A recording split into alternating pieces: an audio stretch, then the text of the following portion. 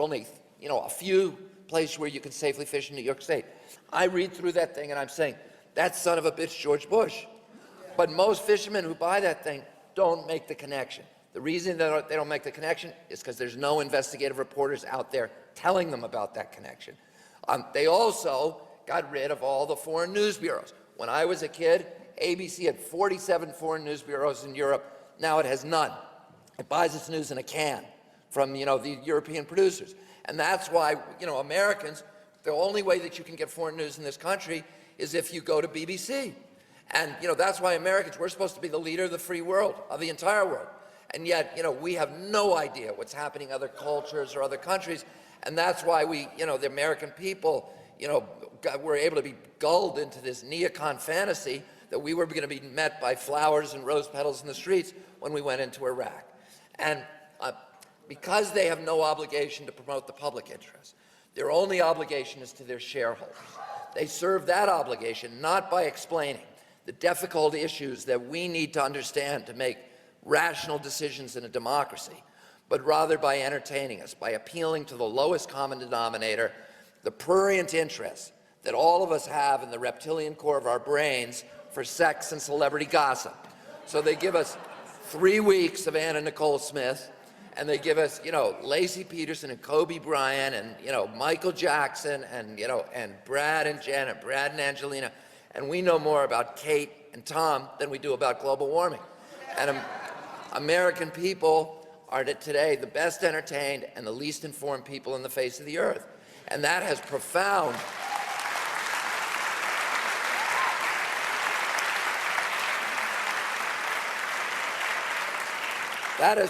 implications for our democracy, because a democracy cannot function long if it does not, without an informed public. And I've known this for many, many years. I've gone around the country. I do about 30 speeches a year in red states to Republican audiences. And I get the same reaction from Republican audiences that I do from liberal college kids. The only difference is that the Republicans come up to me afterwards and say, how come I never heard this before? And I'm like, it's because you're getting your news from Rush Limbaugh and from talk radio. And I came to this conclusion a long time ago that 80% of Republicans are just Democrats who don't know what's going on. And that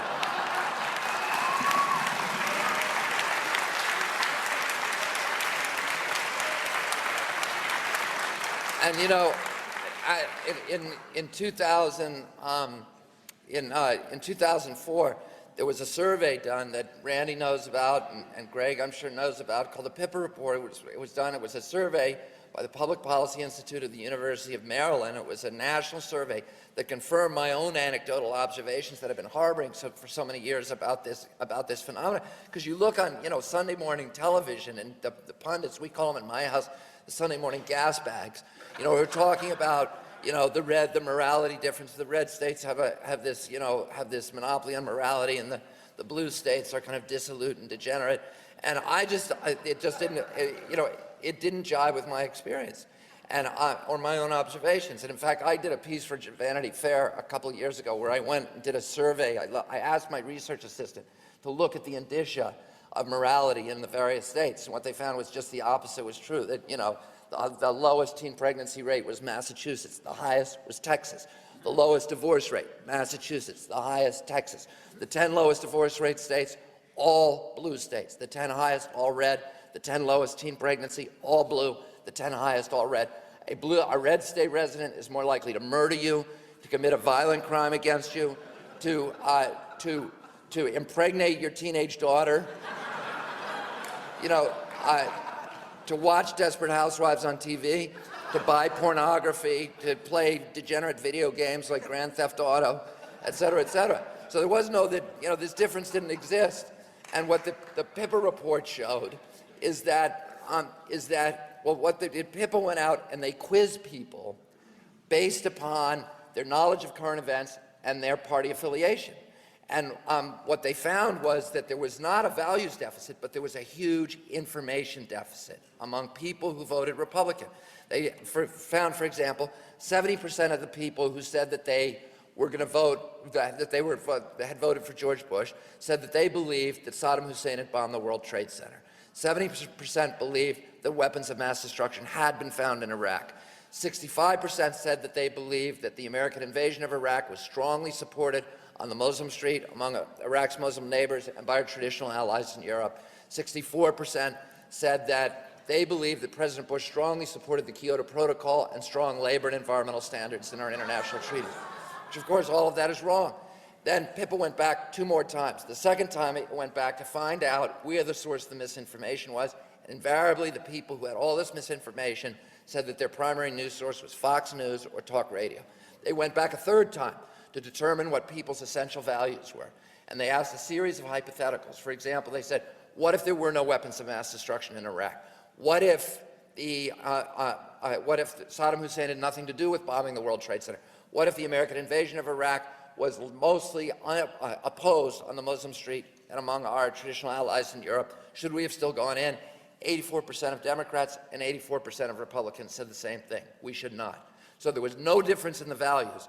The only difference was in the information, and that is why it is so critical to have a working press in our country. And you know, when I did a piece on the fairness doctrine, again for Vanity Fair a couple of years ago, about a year and a half ago, and I went back and looked at the debates that occurred when the fairness doctrine was passed almost unanimously by Republicans and Democrats in 1928. And they recalled the initial debates at the beginning of our country, where there was a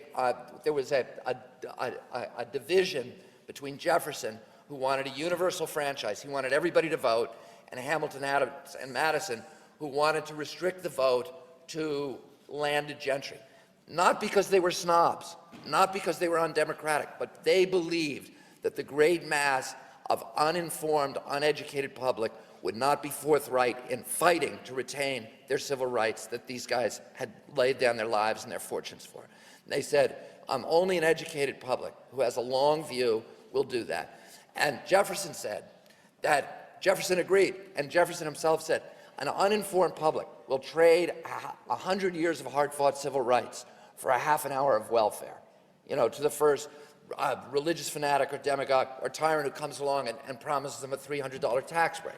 He didn't say that, the last part, but he said the first part. But that's what he was talking about.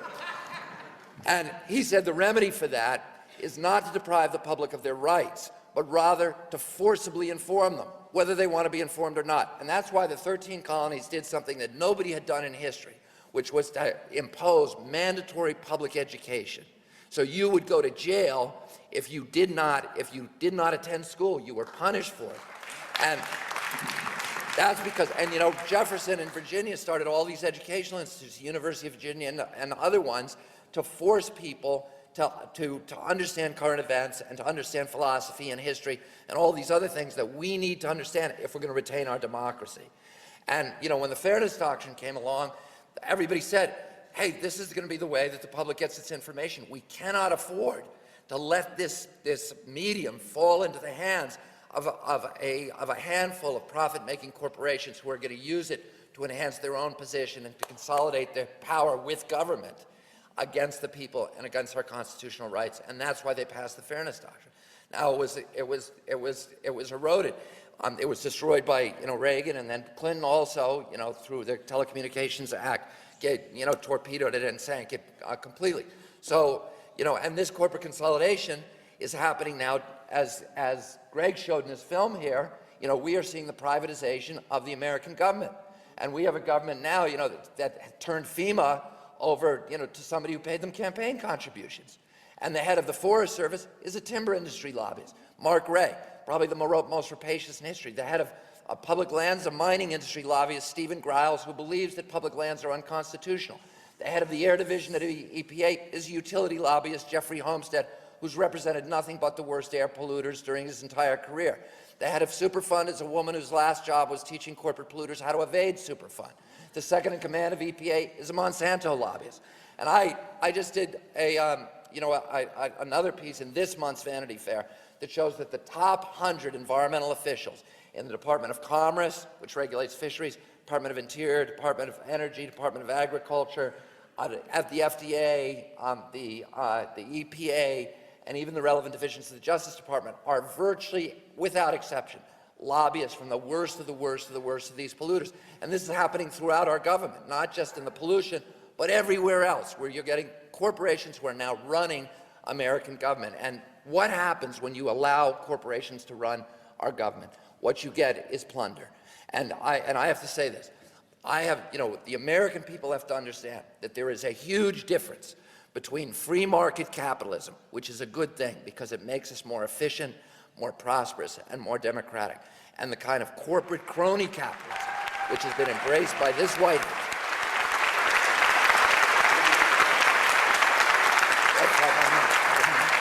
And the reason they shouldn't be running our government is because corporations don't want the same thing for America as Americans want.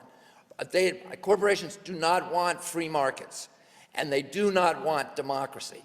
They want profits. And the best way for them to get profits too often is to use our campaign finance system, which is just a system of legalized bribery, to get their hooks into a public official, then use that public official to dismantle the marketplace, to give them monopoly control, and then to privatize the commons, to turn over our treasury, our air, our water, our public lands, our wildlife, our fisheries, the shared resource of our society that give context to our communities, that connect us to our past, and that are a source of our values and our virtues and our character as a people, and to turn those over for profit to these corporations. And when corporations, we have to remember this, legally cannot do good things. They cannot do true philanthropy. They can't do things that are good for our country or for our communities. When you see, Walmart bringing bottled water down to the Katrina victims, they're not doing that to be good guys. They're doing it because they think that over the long run, that the public view of them will be enhanced, and that will enhance their shareholder value and their dividend distribution. If they have another reason for doing it, any one of their shareholders can sue them, and they will win that lawsuit. It is called wasting corporate assets. It is against the law in this country for a corporation to turn itself into a philanthropy.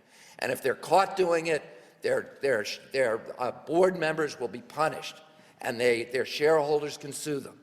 And there's, and there's nothing wrong. We want corporations to be this way, to focus narrowly. We don't want them to turn into philanthropies, because nobody would invest in them. We want them to focus narrowly on shareholder value. But we would be nuts to let them anywhere near our government, because we design them to plunder. And that's what they're going to do to us if we let them run our country. And that's what they're doing now. And that's why, from the beginning of our national history, our greatest political leaders, Republicans and Democrats, have been warning Americans against the domination of corporate power.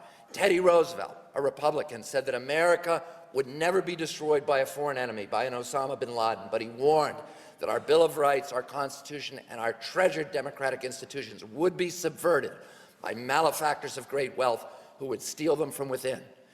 Dwight Eisenhower, a Republican, in his most famous speech ever, warned Americans against the domination by the military-industrial complex.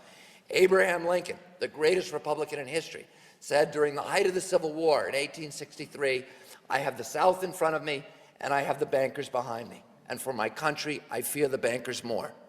And Franklin Roosevelt, during World War II, said that the domination of government by corporate power is, quote, "the essence of fascism." And Benito Mussolini,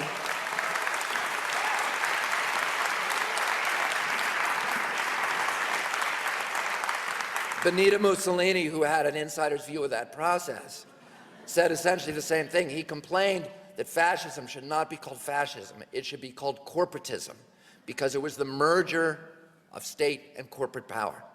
And what we have to understand in this country is that the domination of business by government is called communism, and the domination of government by business is called fascism.